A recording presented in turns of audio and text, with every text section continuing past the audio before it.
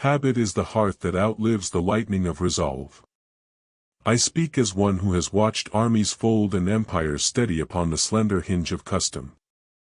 You have seen intention flare, speeches, vows, banners raised high, only to gutter before the first rain. You now kindle hope with words, you after 30 days move by the shape of the day, not the romance of a promise. When I advise a commander, I do not preach the grandeur of plans alone.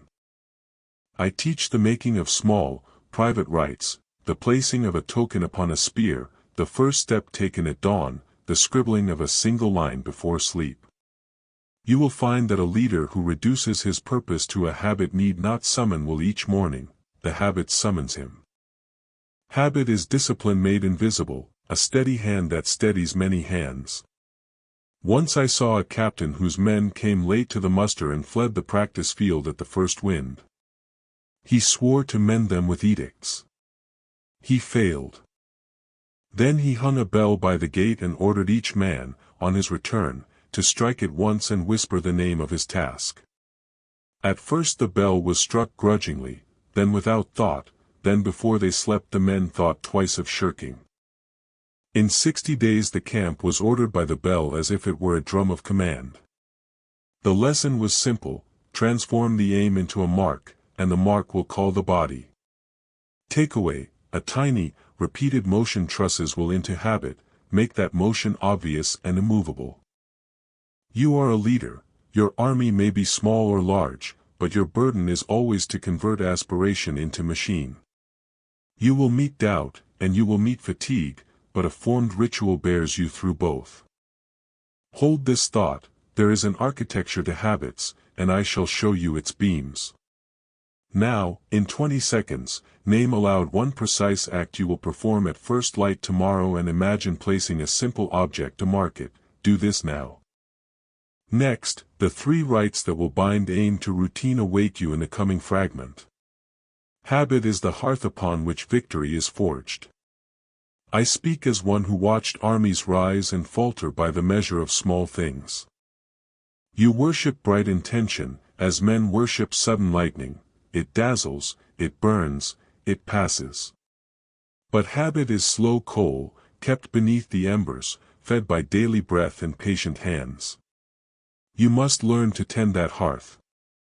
You bind desire to deed by 3 simple means: the mark that calls, the hour that answers, and the repetition that binds them together. When you place a mark upon the day you give your will a door to pass through, and when you name an hour you lend the world a hinge upon which your action swings. Repeat, until the act no longer asks for reason but moves as a river moves a stone. You will find that the labor of a habit is lighter than the terror of a choice. Once I watched a captain who could not hold a trench. Each dawn he swore to inspect the sentries, each dusk he forgot. I advised him to tie the inspection to the making of tea, to the first light, and to sound the horn after the second watch. In a week the patrols kept counsel without my command. In a month the watch walked its rounds while he slept. The lesson: bind a new deed to an old refrain, and the deed will outlast your resolve. You now stand where many have stood, buoyed by intent and vulnerable to sloth. You after 30 days will stand in steadier soil, for the same act, repeated, will have become a pathway you walk without thought. Imagine your project no longer pleading for attention but drawing breath as part of your hour. Imagine your doubts held off by habit's small sentinels. I will show you, later, the rites by which a leader translates aim into ritual, and how to choose the mark, the hour, and the promise that will not break. For now, do this brief test: take 2 minutes and choose one task you will commit to at dawn, tie it to a simple signal, a bowl, a bell, a step, and perform it once. Return at the next pause and tell me what stood between you and that first repetition. A habit outlasts the fiercest vow. I tell you this not as a proverb but as a strategy. Intention is a flare, habit is the watch that keeps the flame alive through wind and night. You set a goal with ardor, you practice the right with steadiness. You now are bright with vows, you after 30 days are a commander with a cadence that does not falter. There was a young captain who swore to march at dawn with his troops. For 3 days he rose with zeal, the 4th day he slept past the drum and lost a small ridge. He then bound himself to a small evening rite, oil a buckle, place a stone, breathe once and measure time. Each repetition asked no heroism, each repetition carved a path. Takeaway: pair a bright vow with a tiny, repeating ritual, and the ritual will bear the vow. Another tale: in a mountain pass a general fed his men 1 bowl of rice at the same place each evening. The soldiers came as if drawn by a bell, their steps became a column. The place made the need habitual, the need made the place sacred. Takeaway: fix a setting and the habit will find you. We are at step 3 of 5 in the method I teach you: forge habit from action, seal it with setting, guard it with consequence. Habit is not empty repetition but the architecture of will. Habit can be bent by design, broken by neglect, reforged by ritual. In 1 minute, test the law, choose one small act, choose the hour, perform it once and mark it with a physical sign.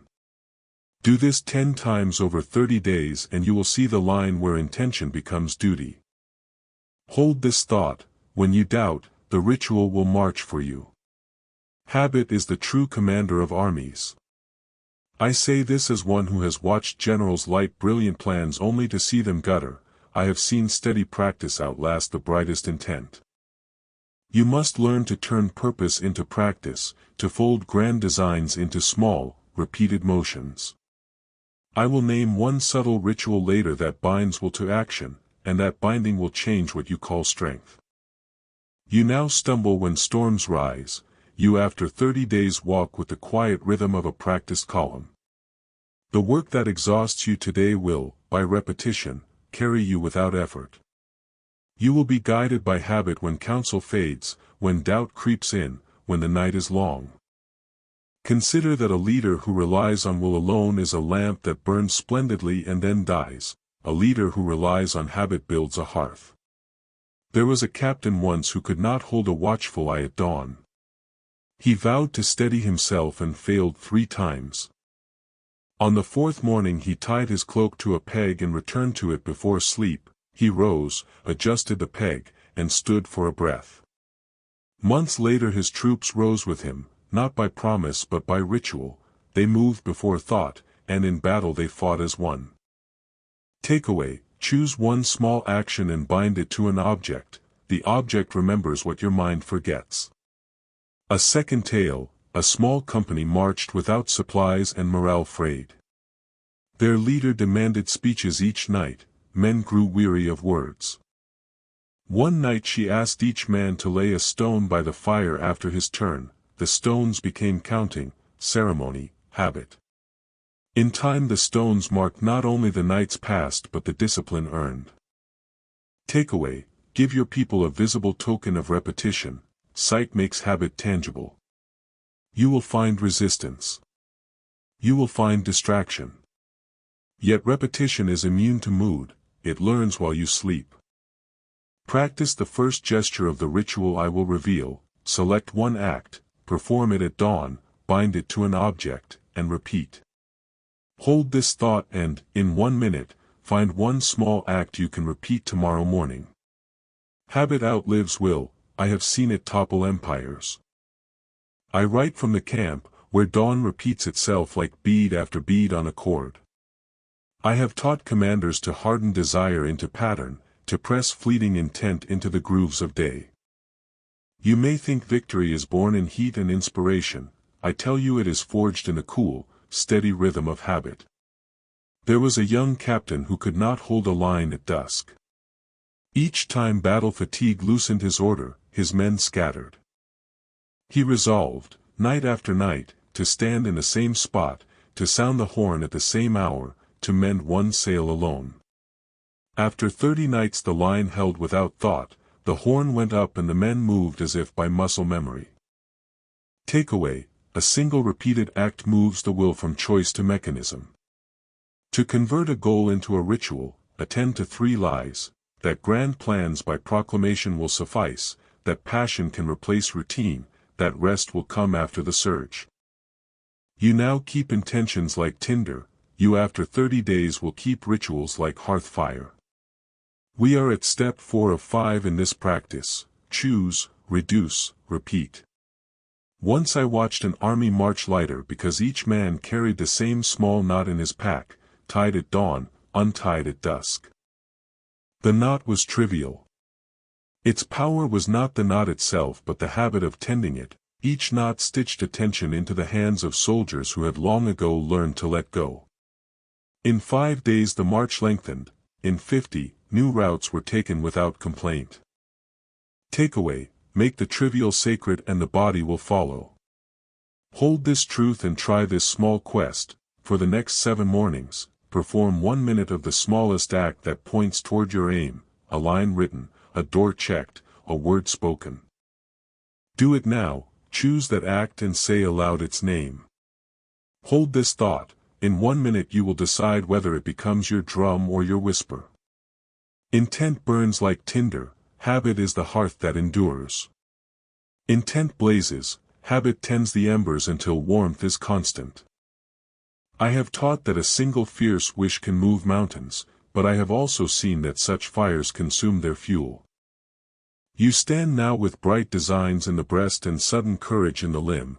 You will find, after 30 days of steady small acts, that those designs have become the road beneath your feet.